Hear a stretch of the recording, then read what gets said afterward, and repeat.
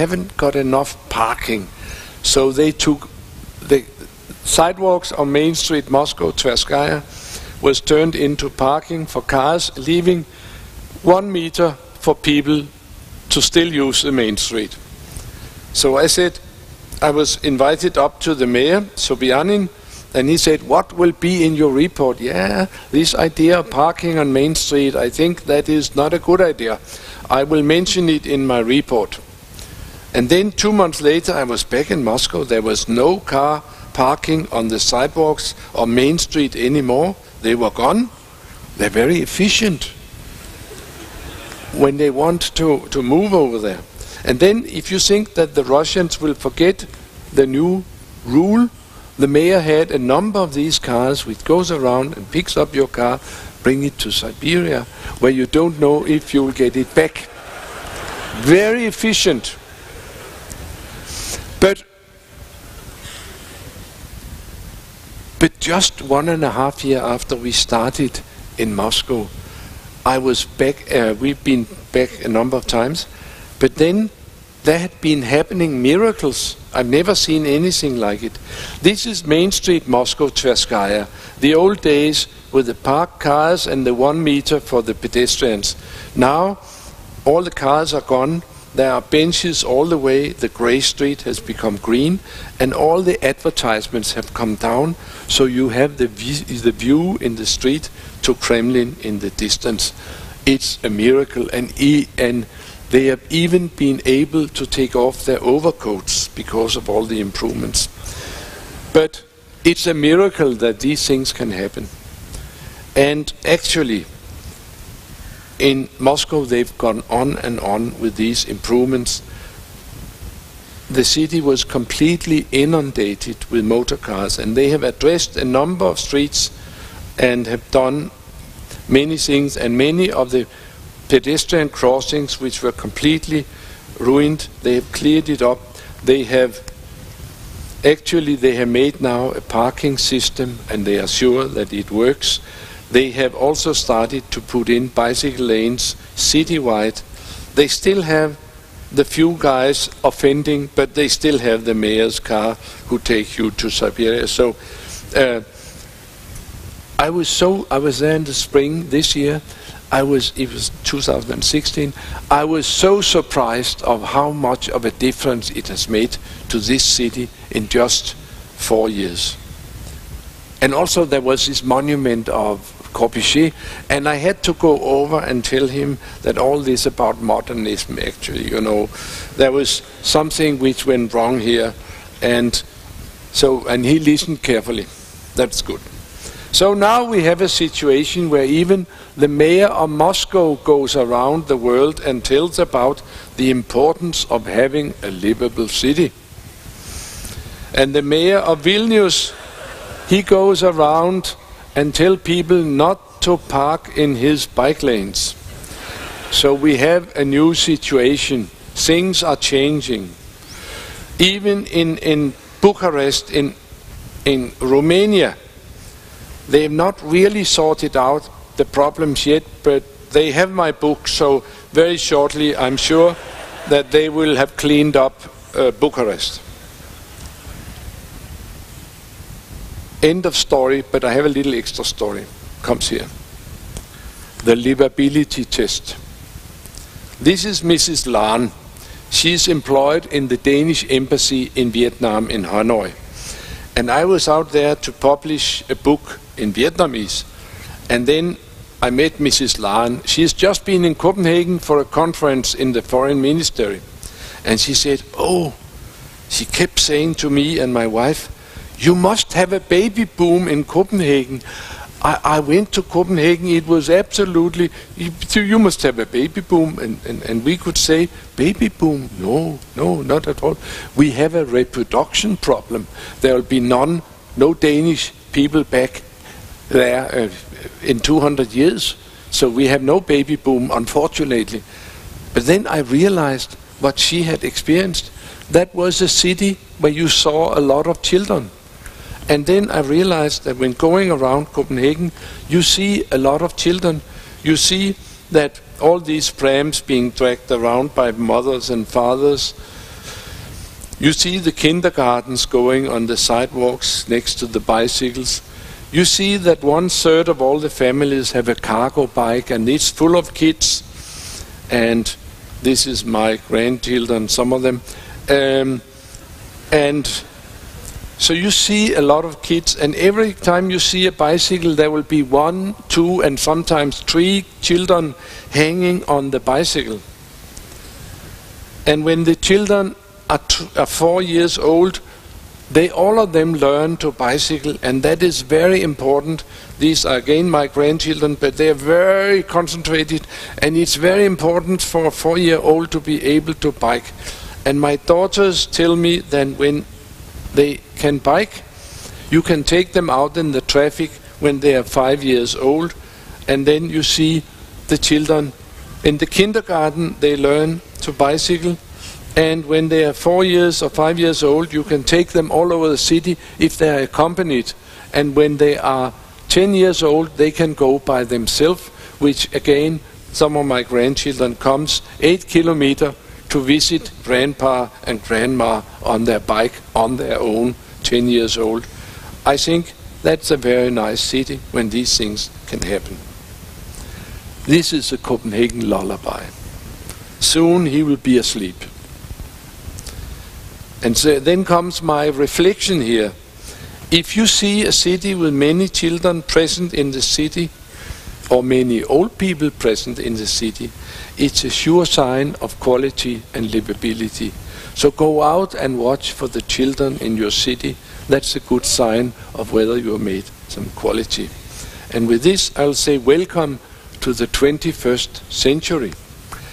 And good luck to Prague and your excellent Institute of City Planning, to all the work you have planned and are in the process of doing. I will follow it closely. And I should end here, but I have one more slide I just made today, which was shocking for me. I got a message from Copenhagen that in Copenhagen, for every 1,000 inhabitants, we have 193 cars. And then I got the information from Prague that for every 1,000, you have 536 cars. That is 2.5 times more than we have. But also, you have much shorter time to collect all these cars. I think this is a good challenge, and I look forward to working with the city of Prague, and wish you all good luck with making a livable city. Thank you very much.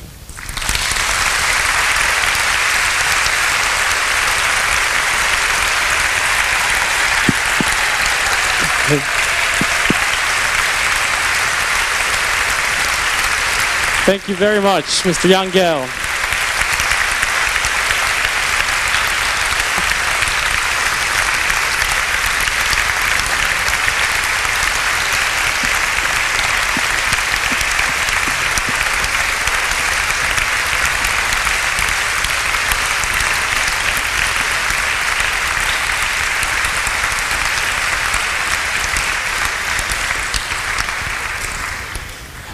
Thank you very much. Now I'd like to invite to the stage the Deputy Mayor, Mr. Dolínek. Thank you very much.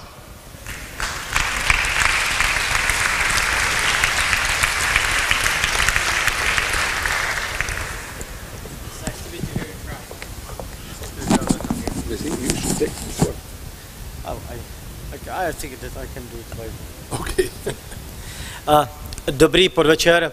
Já jsem velmi nadšeně vyslechl tady přednášku, spíš exkurs pana Gela o tom, jak se dá v Praze a ve světě dělat doprava. A musím říct, já jsem s paní náměstkyní Kolínskou zažil poslední 2 měsíce takový neuvěřitelný příběh. On je asi velmi důležitý pro tu přednášku. My jsme přišli na radu města s tím, že už naše děti, moje děti, mají 3 roky a jezdí na kole ve 3 letech moje dcera. Takže k tomu příběhu ještě o rok, když se dá jezdit na kole. A zažili jsme to, že jsme řekli, že naše děti by nemuseli znát pojem magistrála. Mohli by znát pojem městský bulvár. A ne všichni ve vedení města se na tom sjednotili, ne všichni byli připraveni říct, ano, magistrála je minulostí, městský bulvár je budoucnost města. A my jsme navrhli, že umíme technicistně vyřešit, jak magistrála může mít ne méně pruhů, ale nějak řešené pruhy, nějak řešenou dopravu. A to se nesetkalo s dobrou odezvou. A proto jsem rád, že máme zde někoho, s kým zítra Rada hlavního města Prahy bude jednat, koho bude Rada oslovovat zítra a s kým se budeme snažit bavit o tom, jak proměnit veřejný prostor, kdo může dát tu nadstavbu. Nejenom to, že tam se dá ovlivnit vlastně průjezdnost aut a omezit to jako celek, ale kdo skutečně má zkušenost ze světa a kdo nám může poradit, jak tomu dát to navíc, aby to Pražany bavilo, aby to mělo smysl a zároveň, aby to fungovalo. Takže děkuji za tuto přednášku a děkuji za to, že máme šanci vám představit a že vám pan architekt představil tu šanci, jak se dá upravit veřejný prostor a přitom zachovat funkční město. Díky za to. Děkuji.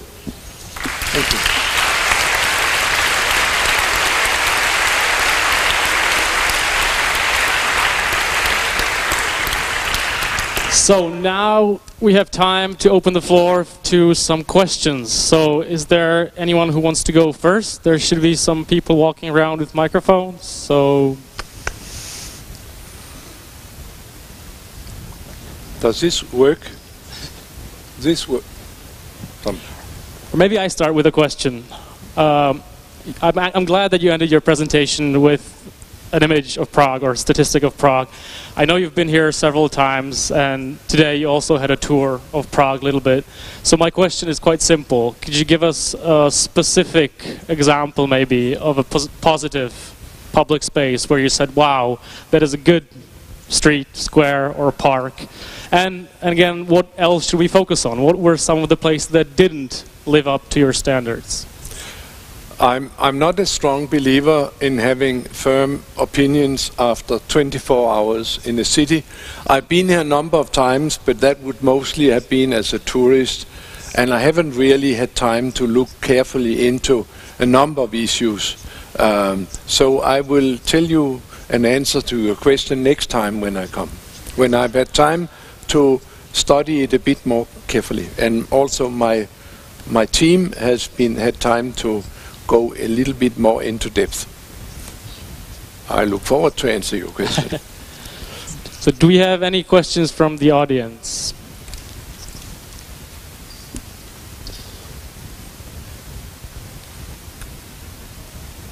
Můžeme poprosit tamhle vzadu před tlumočíkama s mikrofonem. Tak se ještě hlaste, ať se... Dobrý už. Okay. Oh. Hello. Thank you. Oh, thank you, Mr. Gaff, for your presentation. One of the most common arguments I can hear about like having less cars in Prague is that example of Copenhagen or Melbourne can't be followed that much because Copenhagen or Melbourne are quite flat cities.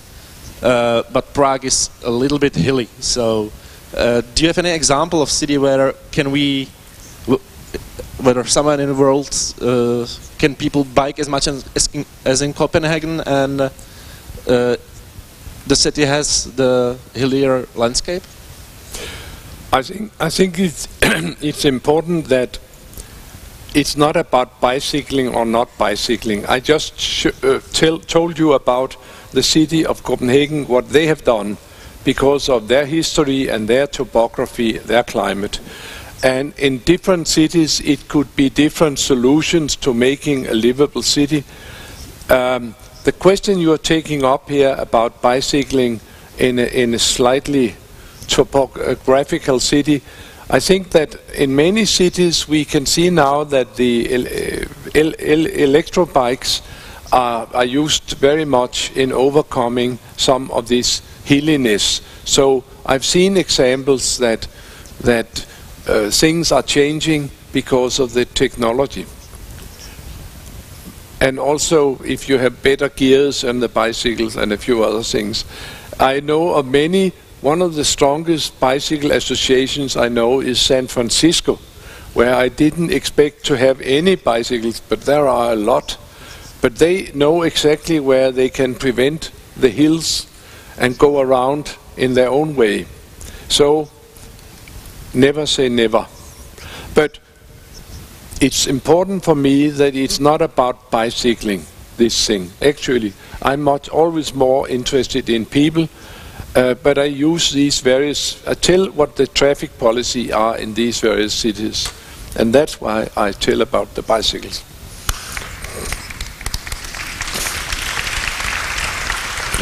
Tak, tamhle se, jo, už máme mikrofon. Thank you, Jan. Excellent talk. Is this thing working? Okay, excellent talk. Right here. Question for you is, we're at a day when probably 80% of people are walking around with smartphones. Is there any cities you know of that are using technology like this to track the flow of people and better plan their cities using technology and building cities for technology, like smart cities? Is this going on? Do you know anywhere that's doing it? Have you seen the examples? Yeah, actually, if you go into the internet and take a look at the city of Melbourne, they have live supervision of all the major streets, and they show from hour or minute to minute how many people are there and what they are doing. Not in a snoopy way, but in a sort of, so you can get a feeling of what's happening in the city today. So certainly this new technology is used in a number of places. But we shall be aware that all this, sometimes I see places and cities that they be carried away with all the smart gimmicks. And I think that much of the stuff I'm telling about is down to earth, non-rocket science, about Homo sapiens moving about and being happy in his human environment, not about being too smart. Další dotaz byl ve stejné řadě, kolega vedle. Tam se někdo hlásil, stejná řada to byla, tuším. Odešel, tak někdo další?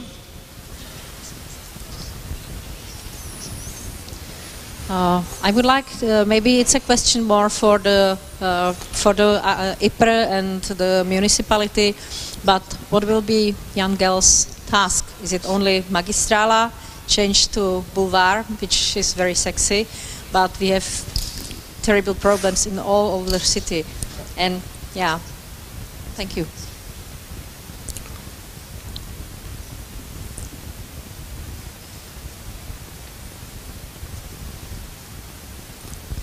Is somebody asking?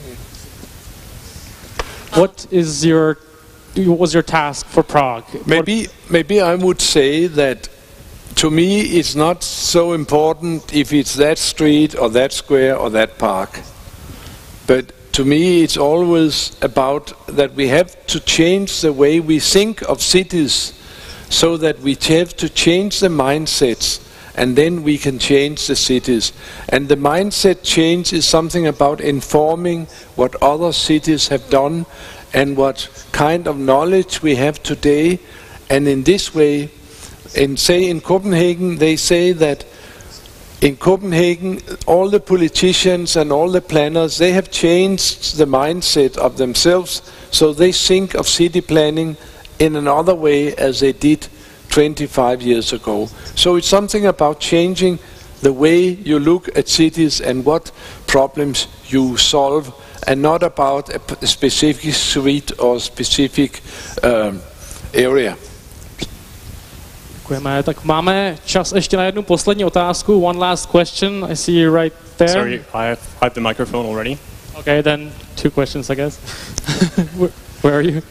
Good evening, Mr. Gell. I was also very pleased by your presentation. I'm here on the left. I have a very specific question regarding Prague, which is known to be a very historical city. In my opinion, sometimes it switches to a museum of itself. We go from one extreme to another. We cancel car traffic in the street, and then we also forbade the cyclists to go there completely. In the historical cities, like Prague, there are cobblestone streets, which are sometimes very dangerous. myself have an experience of falling from a bicycle 2 weeks ago and it still hurts. And I would like to know your opinion how to combine preserving the historical center of a city like Prague and the modern approach to making the traffic, especially in bicycles, more safe and more convenient for the users. There is a general pattern, actually worldwide, that bicycling is really on its way up. I think that only last year I was at a big meeting with all the traffic ministers from the European Union, where they decided for a common bicycle policy that they should do whatever they could to shift as much they could over to bicycles and do more for bicycling in the European cities, because it would be good for pollution, it would be good for the climate, it would be good for health and good for livability, and also for noise, and also the bicycling is cheap or whatever. So there is worldwide a movement really strong towards having more bicycles in the cities. I was so surprised myself to see that they've done it, they bloody well done it in Moscow. That was the last place I would think about it. And I never mentioned bicycle in Moscow. They just came up with all this by themselves. But it is a smart way in the 21st century to exercise and get around. So the European Union cities are actually pushing for better planning for that mode of transportation. And we have excellent examples from Denmark and from Holland about how to do it smart. Yes. Thank you. And now the very, very last question from the lady over here. I think your presentation was really well done. I'm from India, and I think we have a slightly different issue at hand. Even if somebody proposes a bicycle lane or a public square, it doesn't get executed because of the planning committees and because of the corruption in the government. So I really hope, I don't really have a question. It's more of a comment and appreciation for what you do. And I wish that someday that my country too can, follow these paths. Thank you. Thank you. Do you speak Marathi? No, I don't. But I understand it. Because I do have a book in Marathi. Yeah. And that could. I noticed on the map. I only talked about the western city which have been invaded by motor cars, and some have done something, and some have done something else, and some have done not so much. But really, also this kind of thinking, which is about people, about planning for pedestrians, planning for bicycles, as this case, which is the cheapest you can do in a city. And I know that I think that the place where it is most necessary to be ready to do this people-oriented planning would be in all the fast-growing cities in the developing world. I know that in cities in South America, they've started to say that let's go for these cheap investments in infrastructure to make the poor people more mobile, so they can get around in the city in a better way. Instead of doing the investments for the 20% who go in cars, we shall do the investment for the 80% who have no cars. And I think that's a very good way, and it's very inspiring. And I really think that this humanistic thinking would be even more well used in the developing countries. Thank you very much. That's all the time that we had today for the questions. This was Mr. Jan Gehl.